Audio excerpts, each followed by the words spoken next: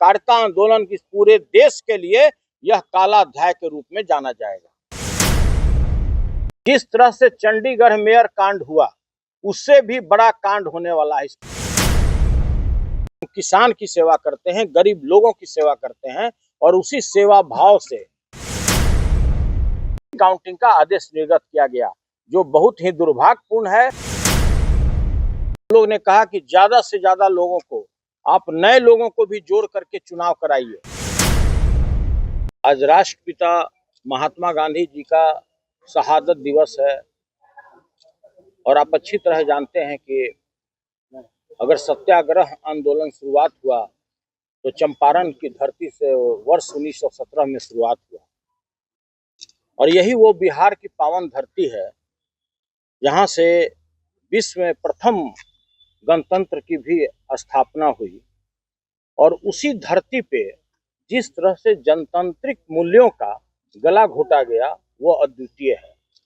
आप सभी लोग जागरूक नागरिक भी हैं, आप प्रेस मीडिया से हैं, इलेक्ट्रॉनिक मीडिया से हैं, पोर्टल वाले हैं, लेकिन भारत के एक जिम्मेदार नागरिक भी हैं। ये काफी सोचनीय विषय है कि किसी भी संस्था का, चाहे लोकसभा हो, विधानसभा हो, एक पंचायत का वार्ड सदस्य का इलेक्शन हो, मुखिया का हो, पैक्स अध्यक्ष का हो, व्यापार मंडल का हो या बिस्कोमान जैसे एक शीर्ष सहकारी संस्था का हो, कोई भी निर्वाचन का एक अपना मर्यादा होता है, एक मूल्य होता है, जिसको आज भारत और राज्य सरकार ने मिलकर तार तार कर दिया।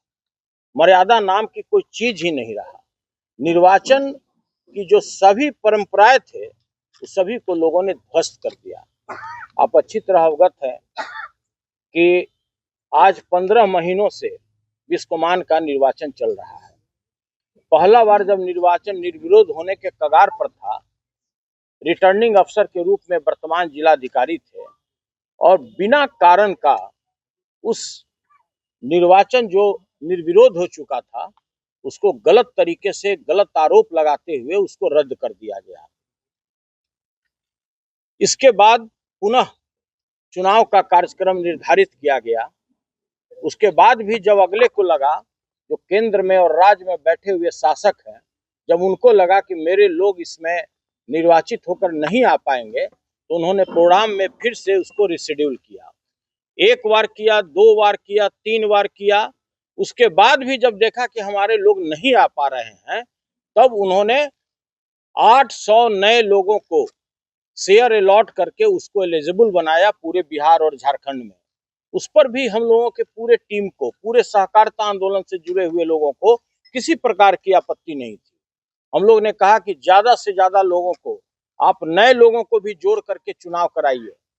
हम लोग जनतांत्रिक मूल्यों पर विश्वास करते हैं, हम लोग सहकारिता आंदोलन से जुड़े हुए लोग हैं, हम किसान की सेवा करते हैं, गरीब लोगों की सेवा करते हैं और उसी सेवा भाव से पूरे बिहार के जितने भी हमारे सहकारी आंदोलन से जुड़े हुए लोग हैं, चाहे पैक्स अध्यक्ष हों, व्यापार मंडल अध्यक्ष हों, सभी लोगों ने हमें लगातार आशीर्वाद दिया है।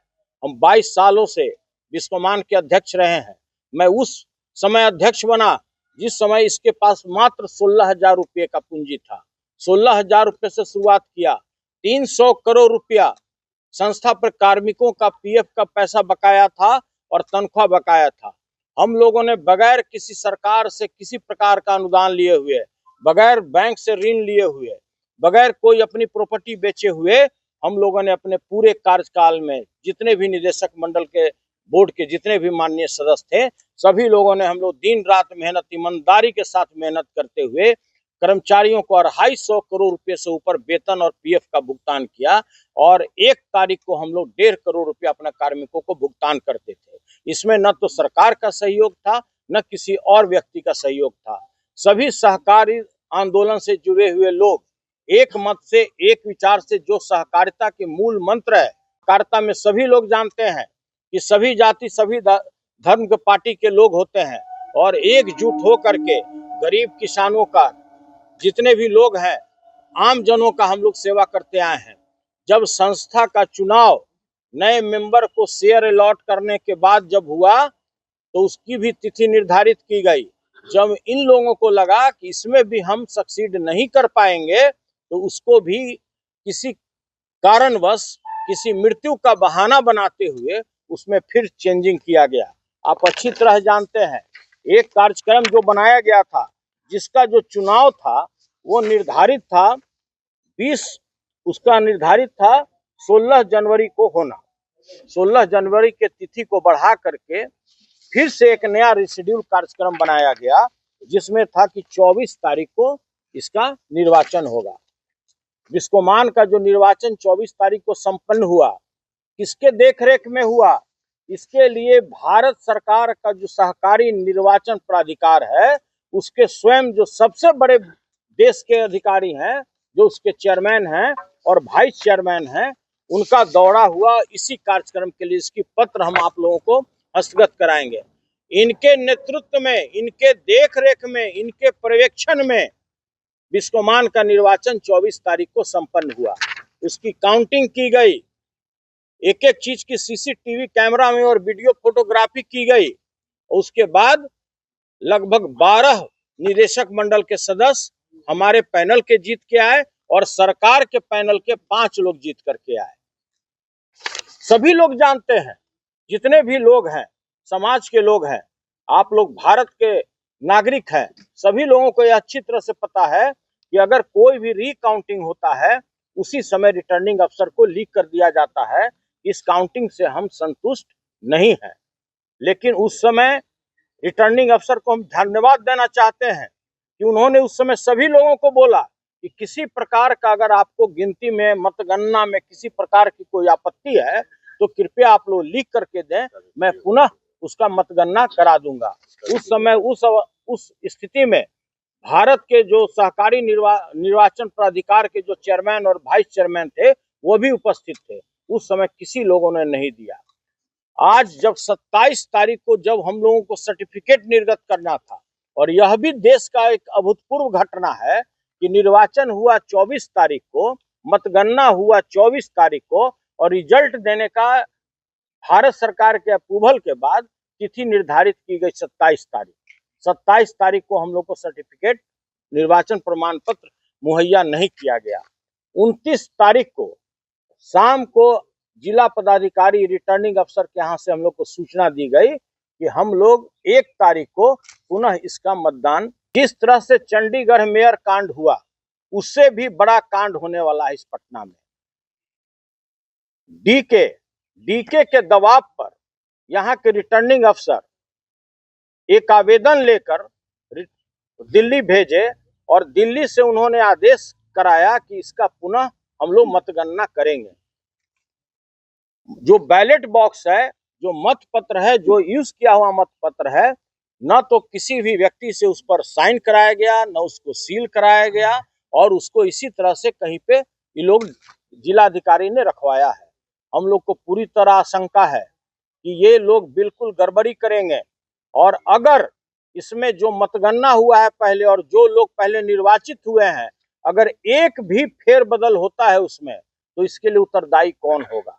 तो हम लोग का प्रथम मांग है कि अगर एक भी डायरेक्टर में हार जीत होता है और उसको फेरबदल अगर किया जाता है, तो सबसे पहले जो भारत के सहकारी निर्वाचन पदाधिकारी, जो प्राधिकार के जो अध्यक्ष और वाइस चेयरमैन जो यहाँ पर आए हुए थे, जिनके निगरानी में संपूर्ण चुनाव हुआ, वो देश के सबसे बड़े अधिकारी हैं।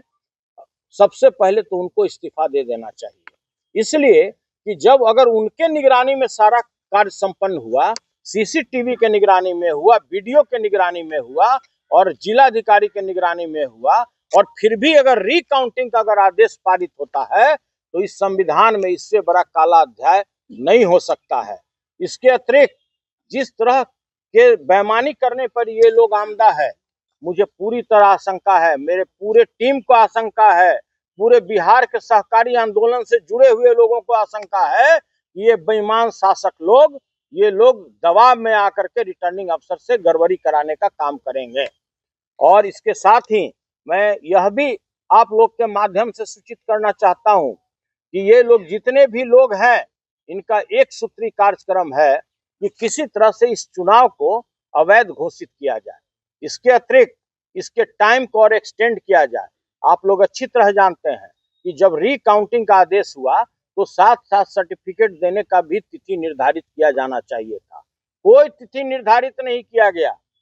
इसके अतिरिक्त अध्यक्ष और उपाध्यक्ष के चुनाव का भी तिथि निर्धारित किया जाना चाहिए था, वो भी निर्धारित नहीं किया गया और मात्र यह दे दिया गया कि हम लोग रिकाउंटिंग कराएंगे। तो पहला तो ये था कि जो 24 तारीख को मतगणना हुआ, रिजल्ट आउट हुआ, जिसमें 12 हम लोग के पैनल के जीत चुके हैं, 5 उनके पैनल के जीते, उनको 4 दिन तक खुली छूट दी गई कि आप आपस में धन बल का इस्तेमाल करके, डरा धमका करके, प्रशासन के मदद लेकर के आप पहले डायरेक्टर को तोड़ फोड़ कीजिए। जब उनको ऐसा महसूस हुआ कि हम इसमें सफल नहीं हो पाएंगे, तब उसने भारत सरकार के सहयोग से उन्होंने पुनः इसका रिकाउंटिंग का आदेश निकलवाया। यह बड़ा ही दुर्भाग्यपूर्ण है और देश के इतिहास का यह पहला घटना है। चाहे वार्ड सदस्य का निर्वाचन हो या लोकसभा के सदस्य का निर्वाचन हो या बिहार विधानसभा के सदस्य का निर्वाचन हो, कहीं ऐसा घटना नहीं देखा गया। इसकी पुनः मतगणना न करा करके यह 4 दिन के बाद एक नए सिरे से इसके पुनः रिकाउंटिंग का आदेश निर्गत किया गया, जो बहुत ही दुर्भाग्यपूर्ण है। और ऐसा प्रजातांत्रिक मूल्यों का गला घोटने वाले जितने भी लोग हैं, सभी लोग एक शरीक हैं इसमें, चाहे केंद्र सरकार हो या राज्य सरकार हो, और यह काफी दुर्भाग्यपूर्ण घटना है। आप क्या महसूस कर पा रहे हैं? कुछ परेशान करने की कोशिश है लॉजिक है सरकार की? देखिए, इससे भी बड़ा कोई उदाहरण नहीं हो सकता है। मैंने पहले भी कहा कि देश के लिए पहला घटना होगा कि जिस दिन काउंटिंग हो गया उसके बाद उसी दिन उसको रात को सर्टिफिकेट देना था। सर्टिफिकेट का तिथि निर्धारित किया गया 27 तारीख, 27 तारीख को सर्टिफिकेट नहीं दिया गया। 29 तारीख को हम लोगों को खबर किया गया कि हम लोग इसका रिकाउंटिंग करेंगे। तो यह साफ दर्शाता है कि कहीं न कहीं पूरे राज्य सरकार के दबाव पर, चाहे डीके बाबू के दबाव पर, चाहे और किसी के दबाव पर, ये पूरी तरह दबाव में रिटर्निंग अफसर कार्य कर रहे हैं। और मुझे पूरी आशंका है कि कुछ न कुछ या 1 तारीख को ये लोग गड़बड़ी करेंगे और किसी को हराने जिताने का काम करेंगे, उसके संख्या को पुराने का काम करेंगे कि किसी तरह उसका इतना संख्या हो जाए कि उसके अध्यक्ष और उपाध्यक्ष हो जाए, जो यह काफी दुर्भाग्यपूर्ण है। और सहकारिता आंदोलन की पूरे देश के लिए यह काला अध्याय के रूप में जाना जाएगा।